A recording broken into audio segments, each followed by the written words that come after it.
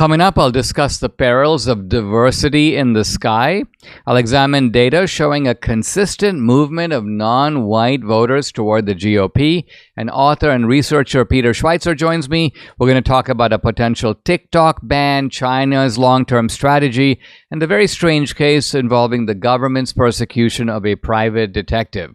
Hey, if you're watching on Rumble or listening on Apple, Google, or Spotify, please subscribe to my channel. This is the Dinesh D'Souza Show.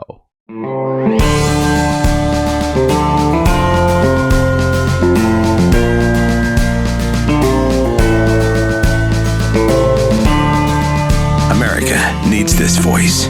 The times are crazy. In a time of confusion, division, and lies, we need a brave voice of reason, understanding, and truth. This is the Dinesh D'Souza Podcast.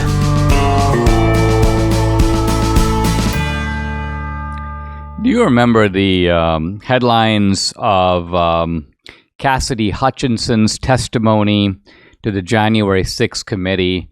Now, as it turns out, Cassidy Hutchinson had been coached for this testimony by Liz Cheney. She was almost single-handedly prepped by Liz Cheney. And even the other committee members didn't really know what Cassidy Hutchinson was going to say. And what she said was two things. One, two sort of outrageous stories about Trump and about January 6th. And it turns out both of them were massive lies. The first one is the story about Trump and the limousine. Trump wanted to go himself to the Capitol.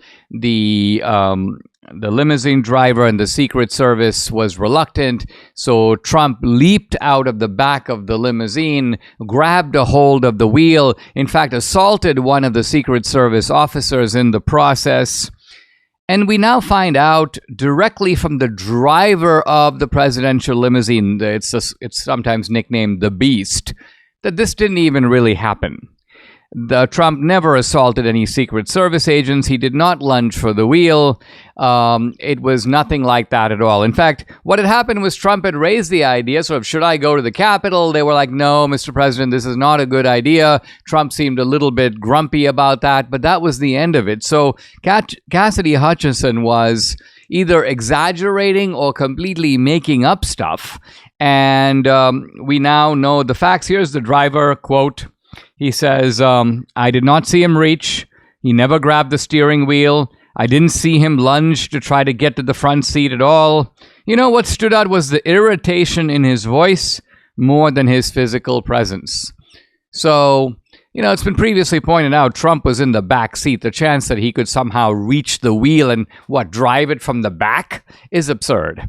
But now we know from the driver himself that Cassidy Hutchinson's testimony, which, by the way, was amplified all over the place. I'm looking at the New York Times headline.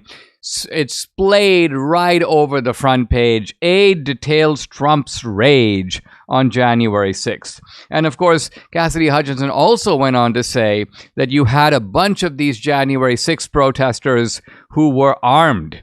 In other words, that they brought weapons to the Capitol. Now, again, this turns out to be a lie. The people who went into the Capitol did not take any arms with them. No arms were found inside the Capitol. The only violence in terms of someone dying was the violence perpetrated against Trump supporters. I'm thinking here of Roseanne Boyland. I'm also obviously thinking about the shooting by Detective Byrd of Ashley Babbitt. So that's one item in the news I thought I would comment on. Another one is all this crazy stuff going on with the airlines. Now, it all started off with one incident. You remember the window blowing off. And then there were one or two subsequent incidents. There was the case of the airline that you could see the tire fall off the plane and go crashing into a parking lot where it damaged some cars. Then you had the plane where the landing gear didn't work and the plane kind of leans over to one side and sort of it careens a little bit off the runway. But that's not the end of it.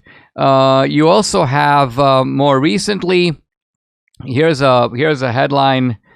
More terror for United passengers after plane is forced to make emergency landing over, quote, complete hydraulic failure.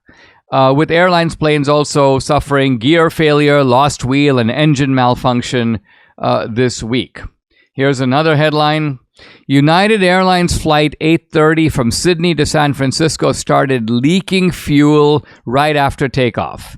The Boeing 777 eventually landed back at Sydney safely. And then Al Jazeera sent some journalists into the Boeing manufacturing plant, and they were interviewing people at Boeing. And they have the audio that they're playing from the interviews. And these guys are like, the Al Jazeera reporter asks, would you fly on the Boeing planes? And these guys go, not me. No, I don't think so. I don't think I'd be comfortable doing that. No. I work here, but I'm not going to be flying. They're basically saying that the workers, don't have confidence that these planes are being properly put together. Now, you have to ask why this is. What's really going on? By the way, we're not dealing with, when you have new technology, here comes the iPhone 13. Okay, it's got some glitches. Okay, the camera doesn't, they've got some things to fix. It'll happen next time. This is new technology. And so you expect improvements to be coming. But airplanes have been in the air for 100 years.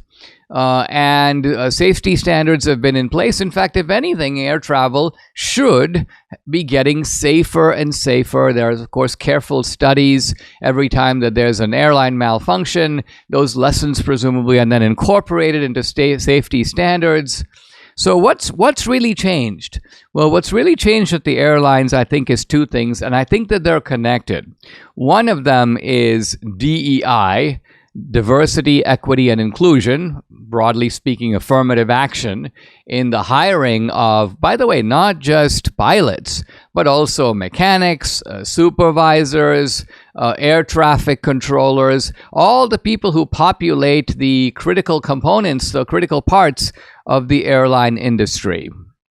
Now, airlines are in a big way into DEI. I just saw this ad put out by Delta, and you've got the essentially the cockpit door opens, and it's all women flying the plane. And these two women who are sitting in the passenger, their passengers, they start crying. They're crying as if to say, like, "Oh, we've been waiting for women to be flying the planes all by themselves for such a long time." They're so moved to tears by this sort of affirmation of diversity. Scott Kirby, who's the CEO of United, is on video basically not only allowing but participating in drag queen shows. So here's the guy, he's dressed up in drag. So this is what these guys spend their time doing. This is their focus. This is what they're proud of. They're even putting it in their advertising. So the question then becomes, what is the connection between DEI and sort of airline malfunctions? And the answer is really simple. The airlines are moving away from a culture of safety, of merit, and of customer service. By the way, this is not true worldwide. Airlines abroad are getting better. In fact, they're getting so much better that when you now see, I just saw a video of, it's essentially an introduction to the first class at Singapore Airlines. And you walk in, and it's almost like you're walking down the hallway of a hotel. And you walk in, and then your seat is more like a cabin. In fact, it's more like a small bedroom in a nice hotel. You've got a bed, you've got sheets, you've got covers. You can actually take a nap, go to sleep overnight on the flight. And everything is impeccably decorated. Everything looks absolutely beautiful. In fact, I was thinking to myself, I fly all the time, an international flight, so we make sure to try to go first class just because the flight is so long. And so that added comfort makes a huge difference. I can't think of a single airline, American or European, that offers this sort of level of not just comfort, but luxury. And so while these other airlines are getting better, improving their services, careful attention to customer service, What we have is careful attention to diversity. Hey, do we have enough trans pilots? Hey, do we have enough women in the cockpit?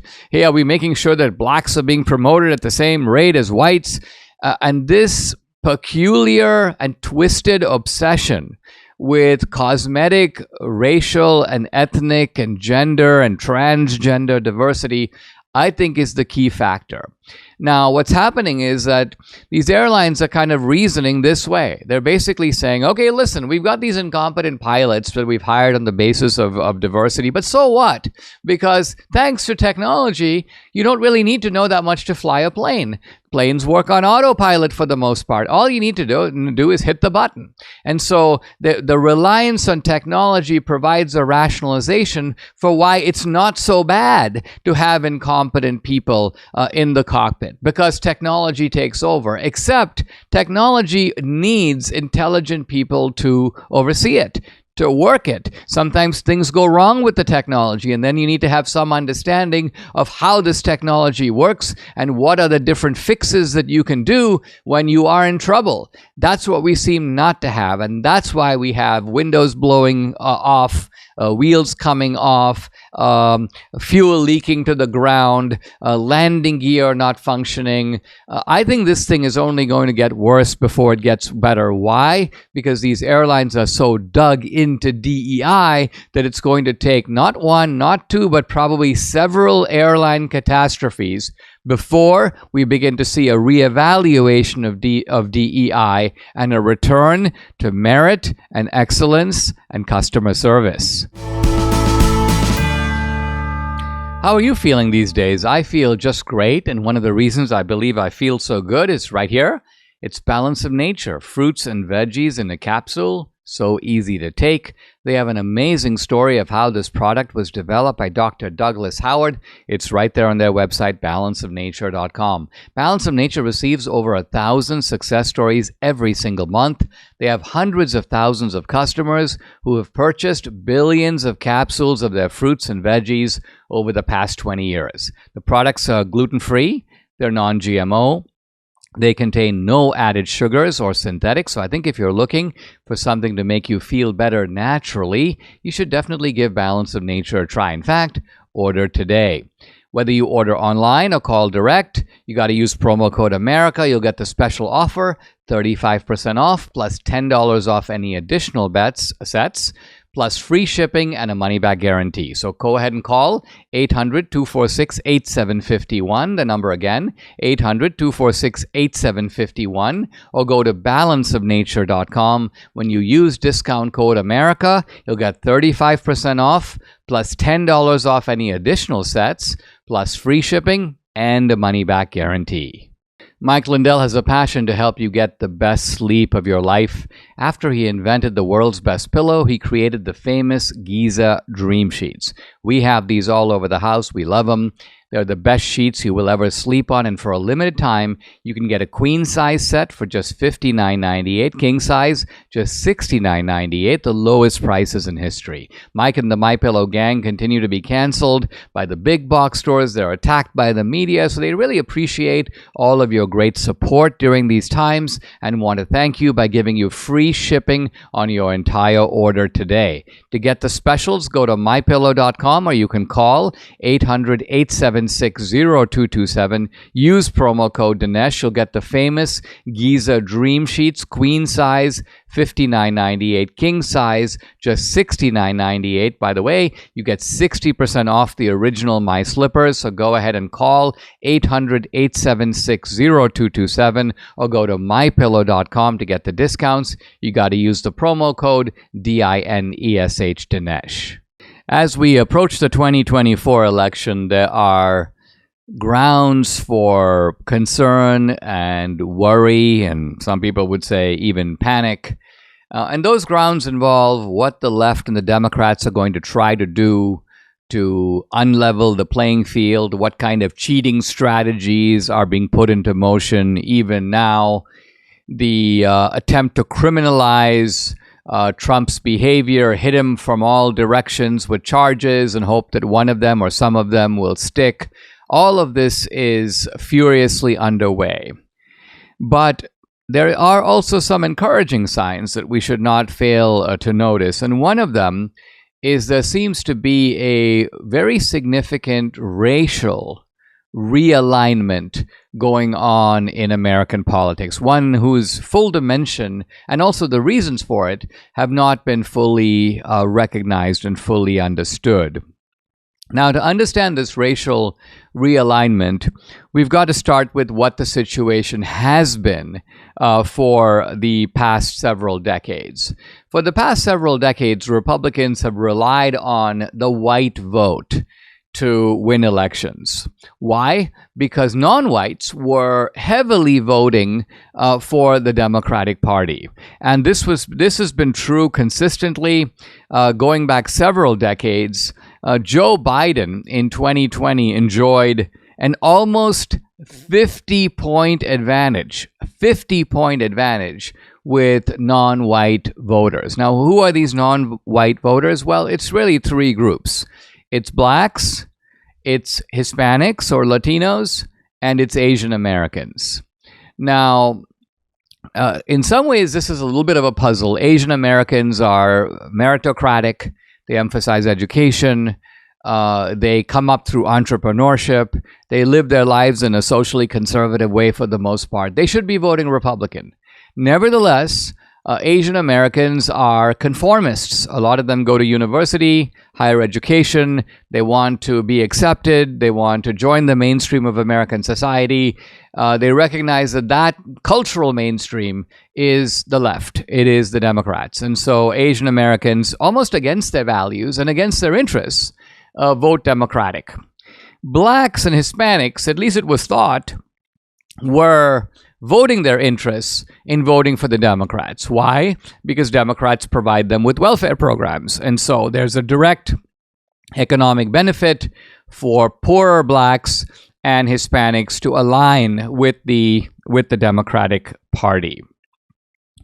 There was a book that was published several years ago on, well, you can call it the browning of America, America becoming less white, more non-white. And the central premise of this book was Democrats are in great shape because as the country becomes more racially diverse, as it becomes more brown, it's only going to produce more Democratic voters. And the book wasn't even talking about illegal immigration, none of that. It was just talking about the fact that simply as a result of differential birth rates, and of course to some degree legal immigration, the country is becoming less white.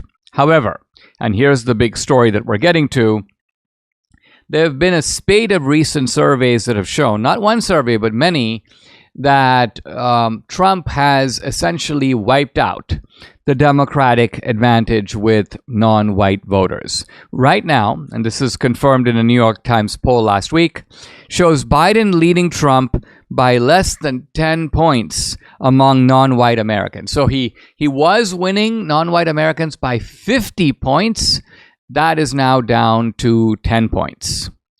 And so the question then becomes, who are the voters that are moving over to the Trump column? Interestingly, it's not Asian Americans. The one group that you would think has the most natural attachment to the Republican Party that has been voting in the wrong party for reasons of just wanting to be one of the gang, accepted, part of the cultural mainstream. This group is actually sticking with Biden, at least so far. The groups that are moving over are the Latinos and the blacks. And interestingly, the Latinos are moving over, men and women, both, although men more. And for the blacks, the movement is more concentrated among black males. Now, the other thing that's interesting is that younger blacks and Latinos are more likely to be moving to the Republican camp. This is, by the way, the opposite of what's happening in white voters. For white voters, you can consistently predict that younger whites are more likely to be Democratic. They're more likely to be liberal. And so the millennials, the Gen Z types, these are the people the Democrats are trying to mobilize. But that applies only to whites. When you look at blacks and Latinos, you find that there are older blacks and Latinos who are sort of wedded to the Democratic Party. They've been Democrats all their lives. And even if they sense some misfit, some malalignment with the Democrats, it's kind of like that's their comfort zone. So they're going to be more reluctant to change their patterns of behavior. But younger blacks and younger Latinos are like, no, we don't feel this kind of long-term attachment to the Democrats. We're out of here. And of course, one reason for this, and kind of an obvious reason for this, is that older blacks and Latinos tend to identify the Democrats. And they have, by the way, going back to the 1930s, all the way from the 1930s through the 1960s, there's this impression created. It's not entirely accurate, but nevertheless, the impression was the Democrats are the party of welfare and providing for you and caring about the poor. And number two, the Democrats are the party of civil rights. Now, in fact, it was the Republicans who are the party of civil rights, but nevertheless, it was LBJ who pushed the Civil Rights Act of 1964. It was Martin Luther King. The Martin Luther King movement became more identified with the Democratic Party than the Republican Party. So what happened is that older blacks were like, we owe it to the Democrats. But of course, younger blacks don't feel that way. Their memories of all of this is all ancient history. They're looking at the parties and the parties the way they are now. So we think of the Republican Party as a party that is making inroads in the working class, and it is. We're seeing a class reversal, in which the Republican Party, which has long been the party of small business, it was also competitive among large CEOs. In the Reagan era, for example, if you met a CEO of a big company, at least a 50-50 chance that the guy would be Republican. Republicans, of course, were often painted as the party of the rich, as the party of the haves as opposed to the have-nots. The FDR coalition was very much mobilized as the have-nots against the haves. But now there's a kind of a reversal. The Republican Party is making inroads among the working class. But the assumption is that the Republican Party is making inroads among the white working class. And what this new research is showing is that's not really true. The Republican Party is making inroads in the working class, white and black and Hispanic. So part of the movement of blacks and Hispanics to the Republican Party is explained by the fact that there is a class shift going on between the parties. The Republican Party is now speaking the language, the values, the interests of working class people. Now, some Democrats think that this can be fixed. If we had the right kind of Democrat, that Democrat could easily win back the black vote and the Latino vote. But if you begin to dive a little bit deeper into this research, you begin to see that this is not really true. What's really going on is that you have a fair amount of conservative blacks and Hispanics who have nevertheless been voting for Democrats for years, if not decades. In other words, by and large, if you find a white family and these people are pro-life, they're for the ability to own a gun, they're for law and order, they're very patriotic, you can safely predict that family is Republican. But on the other hand, you meet a black family and they're pro-life and they go to church and they're for owning a gun and they're patriotic and love the country, but guess what? They've been voting Democrat. And so there's a kind of values misfit in which Democrats, for various ancestral reasons or even reasons of racial identification, they know lots of other people who are black and are Democratic. They have been in the wrong party without really knowing it. And so the point of this research is that these people are waking up to the fact that they don't belong in the Democratic Party. They belong in the Republican Party. And this to me is very encouraging because it's not a matter of these blacks and Hispanics being just mesmerized by Trump. They're Trumpsters. They'll vote for Trump and Trump alone. But after that, they will naturally regress back into the Democratic Party. No, the Trump phenomenon is waking them up to the fact that they have a closer attachment in terms of values and interests both with the GOP. And that is a party for them not just to vote for in 2024, but that's a party that is their natural home. I recently read an article that said 84% of New Year's resolutions fail in the first 6 weeks. It got me thinking about PhD weight loss and nutrition and why it's been such a success for Debbie and for me. Why haven't we gained the weight back?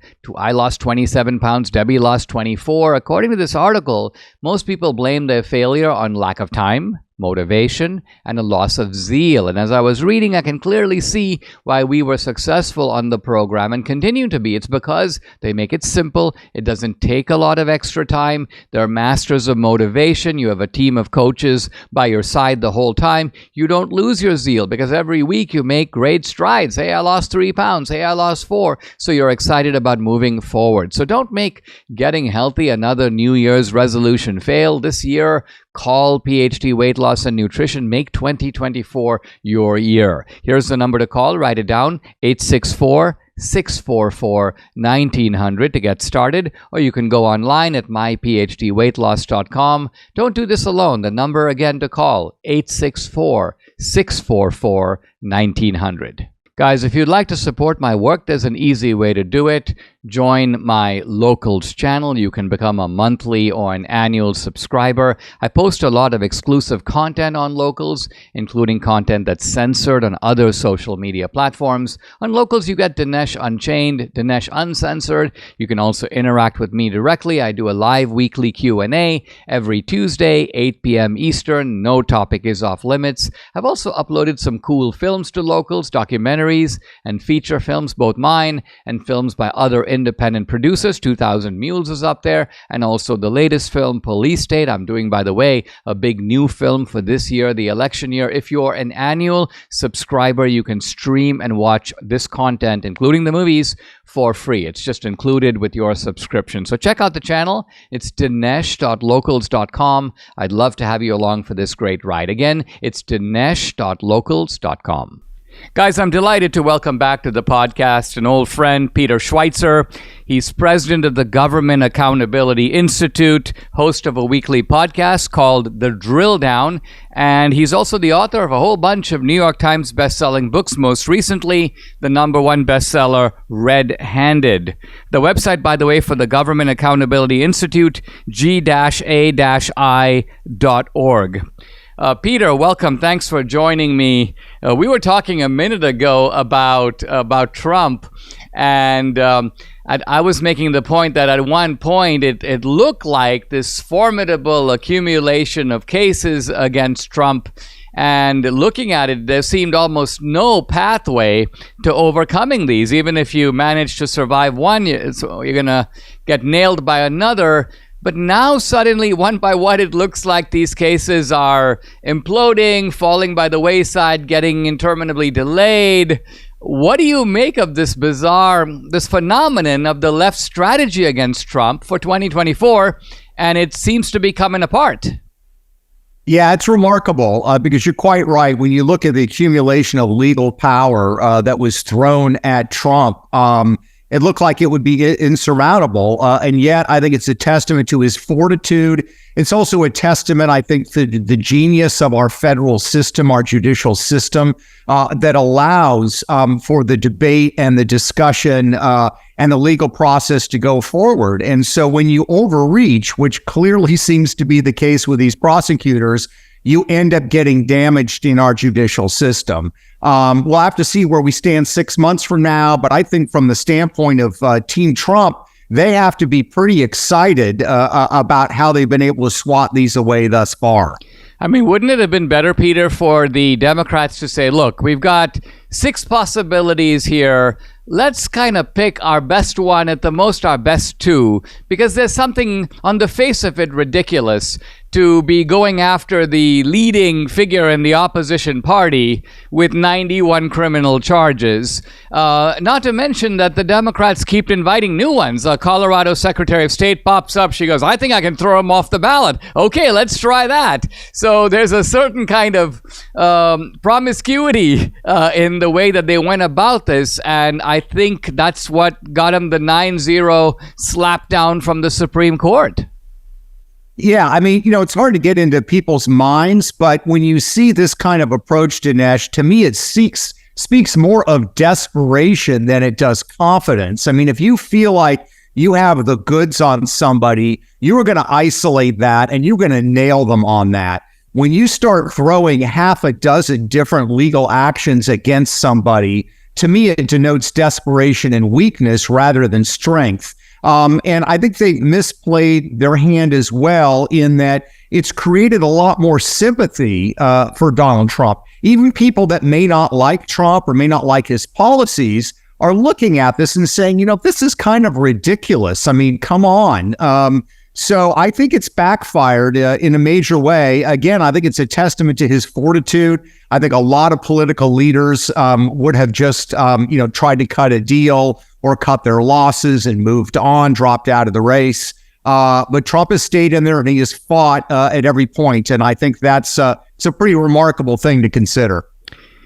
Peter, you've been studying the psychology and the strategy of the Chinese, and this is the theme of your latest book, Red Handed. Give us a sense of how the world looks like from the Chinese point of view. I say this because in some ways China to me is much more impenetrable than, say, the old Soviet Union. The old Soviet Union, for all its nefarious strategies, was Western in its basic mindset, could be understood in Western terms. The Chinese, on the other hand, are a different matter. They seem Sphinx-like. They seem difficult to read. What is your take? How do the Chinese look at the world now? What do they make of America's position in the world? And what do you think their next move is? Well, I think they view the United States as effectively a paper tiger. It's weak. It doesn't mean it doesn't have political strength and economic strength. It's just that it has poor leadership, and they're exploiting that.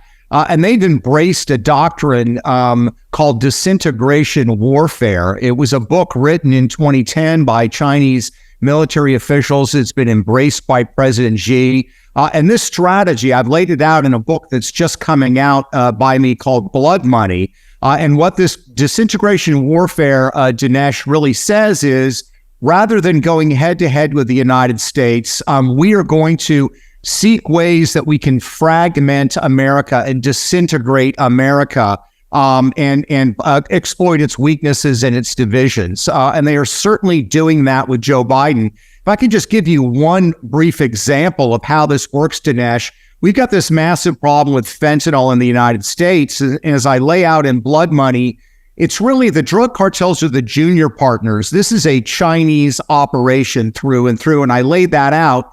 So why is Joe Biden not doing anything about it? Well, consider this.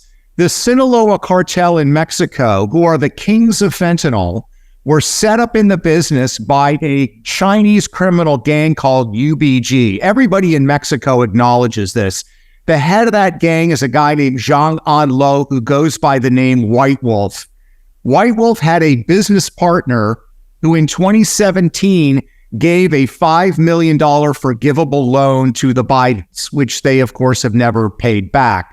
So you've literally got 1 degree of separation between the fentanyl trade and the Biden family. So it's not a surprise to me that Joe Biden does not want to talk about this subject, does not want to finger point at China or do anything about it. And it's the sort of thing that the Chinese see to exploit and take advantage of. I mean, Peter, if I think about that for just a moment, you've got, a multi-trillion-dollar economy in the United States. You've got a giant economy in China. You have a global rivalry with the stakes of control of the world hanging in the balance. And what you're telling me is that you can get a decisive advantage in this fight by spending $5 million on on one guy, on the Bidens. I mean, for the Chinese, they must have a sense of wonder that you can buy the United States so cheaply. A $5 million contribution is a way of neutralizing Joe Biden on as deadly a weapon as fentanyl, used domestically within the United States to cause a lot of havoc in so many communities. Yeah, no, I think you're exactly right. I mean, these entanglements that China forms commercially with Americans, the Americans view it as, oh, this is great. We have now this shared interest, right? Because we're business partners. We work together. They view it in the political context as something to be used as leverage. Another example I highlight in Blood Money is Gavin Newsom. Gavin Newsom, his ties to Chinese organized crime go back to when he was mayor of San Francisco. When he was mayor of San Francisco, he had a guy on his transition team that was linked to Chinese organized crime. He was a fixture in City Hall, according to Democrats. He appointed the head of Chinatown Economic Development as mayor, a guy who ended up being a dragonhead or a leader in Chinese organized crime that was involved in the drug trade. There are multitudes of examples. When he was mayor, he created a project called China SF, which was designed to bring investment dollars into the Bay Area from China. His partner was a guy named Vincent Lo, who was already known to be linked to Chinese organized crime. So again, Gavin Newsom, he may not have gotten the $5 million, but these entanglements, these partnerships that he structured are deeply embarrassing. He does not want them discussed, and he's afraid to confront China. And so for the same reason that Joe Biden will not say anything about China's involvement in the fentanyl trade, the same thing goes for Gavin Newsom. Do you think, Peter, that there's an ongoing debate now in the House about TikTok and the influence of TikTok? And do you see TikTok as a part of the cultural weaponry of the Chinese in America? I think it was you, but also some others who have highlighted that if you look at TikTok China, it has very different content than TikTok America. TikTok China is instructions in learning how to play the violin, basic introduction to mathematics and calculus. It's almost like an educational project, whereas here in America, it seems to be, at least in part, an active promotion of cultural degeneracy. Do you think that's how the Chinese view TikTok? Yes, absolutely. And I would say, Dinesh, we've known each other for a long time. Don't take my word for it. Take the Chinese word for it. I quote extensively from them in the book what their rendering is of TikTok. A Chinese military officer calls it the Trojan horse that they can use against the West. Others say that it's a form of cognitive warfare that dumbs down the West, that strengthens China. And Chinese propaganda officials, I quote them extensively, say this is the ultimate weapon for propaganda against the West, and they lay out how to do it. You need to be subtle about it, not too explicit. You need to appeal to emotion, because, Dinesh, when you appeal to the emotions of young people, they embrace it as righteous indignation. They think they created it themselves, even though it was given to them by someone else. And now they're very, very easy to manipulate. So this is an ongoing discussion in China of how they're using TikTok against us.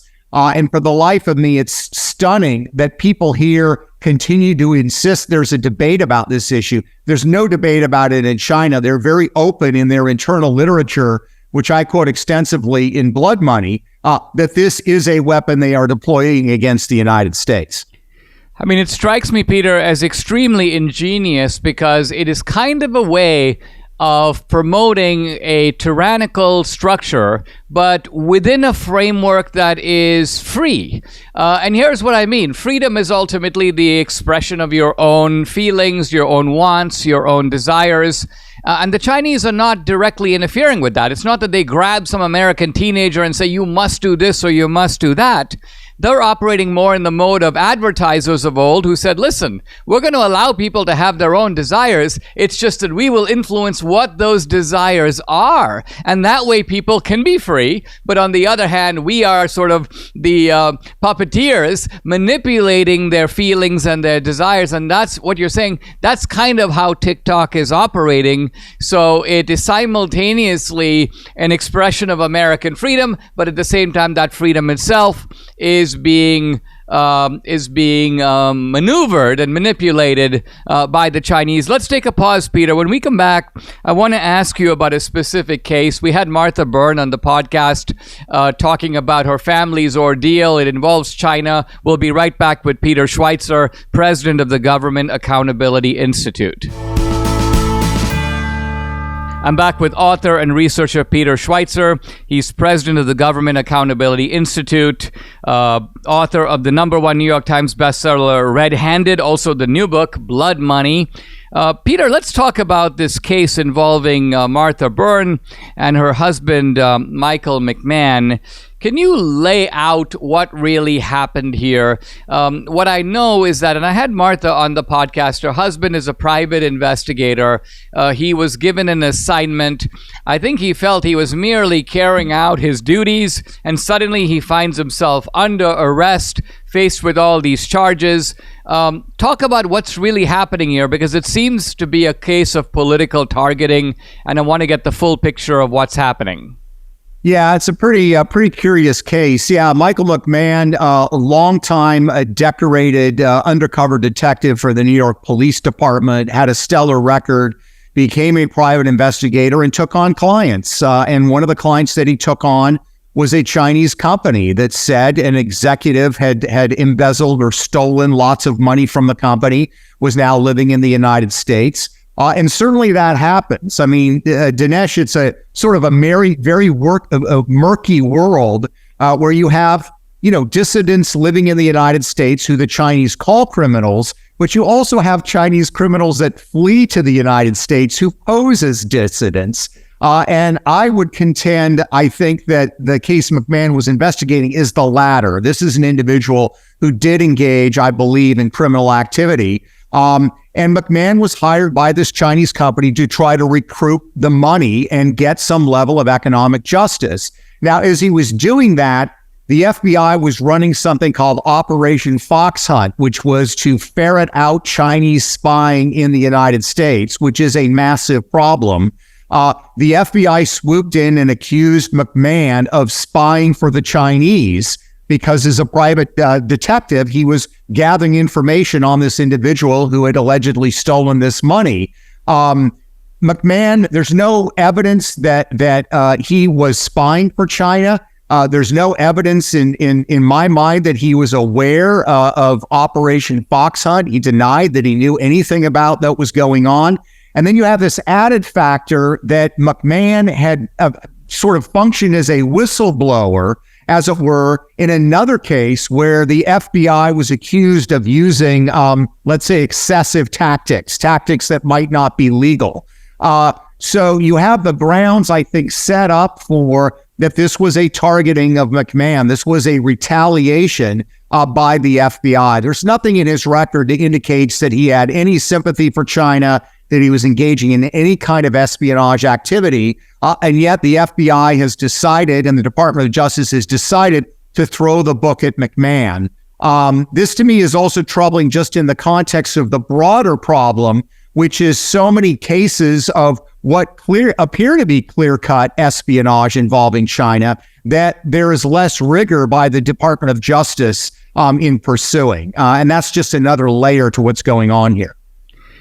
I mean, Peter, it's disturbing enough that the FBI would, almost in retaliation for McMahon's involvement in another case, target him. But I think you and I came up in an America where we believed, all right, let's say you've got some bad actors. They go after this guy, McMahon. Now, we have a justice system. We have relatively impartial judges. We have juries. One would expect that it would come out in the course of the case.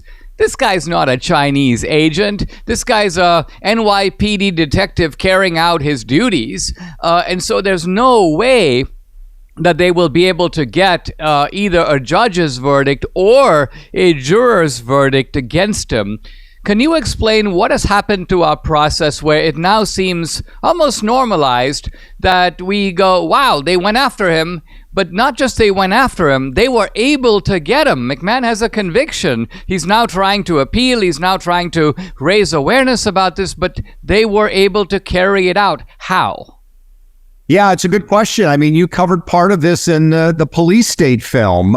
You have very powerful figures, and this is where they operate. They operate in the realm of the law, and we have a jury system, but the jury system is predicated on jurors being able to hear all the information. Oftentimes, the FBI will say that there are national security reasons why certain facts can't be added. I don't believe in this case McMahon was allowed to enter into evidence the information related to the other case where he functioned as a whistleblower. So these things get excluded. So it's an enormous problem. And you're quite right. I grew up believing and saying, we need to trust the FBI. I have shared information with the FBI as it relates to foreign intelligence cases. But the abuse of power has become too great and is quite worrisome. And I think you always have to look at the background of an individual. There's no indication in McMahon's background at all, that he would be sympathetic for the CCP, that he was paid some, large sum of money by the CCP to obtain secrets.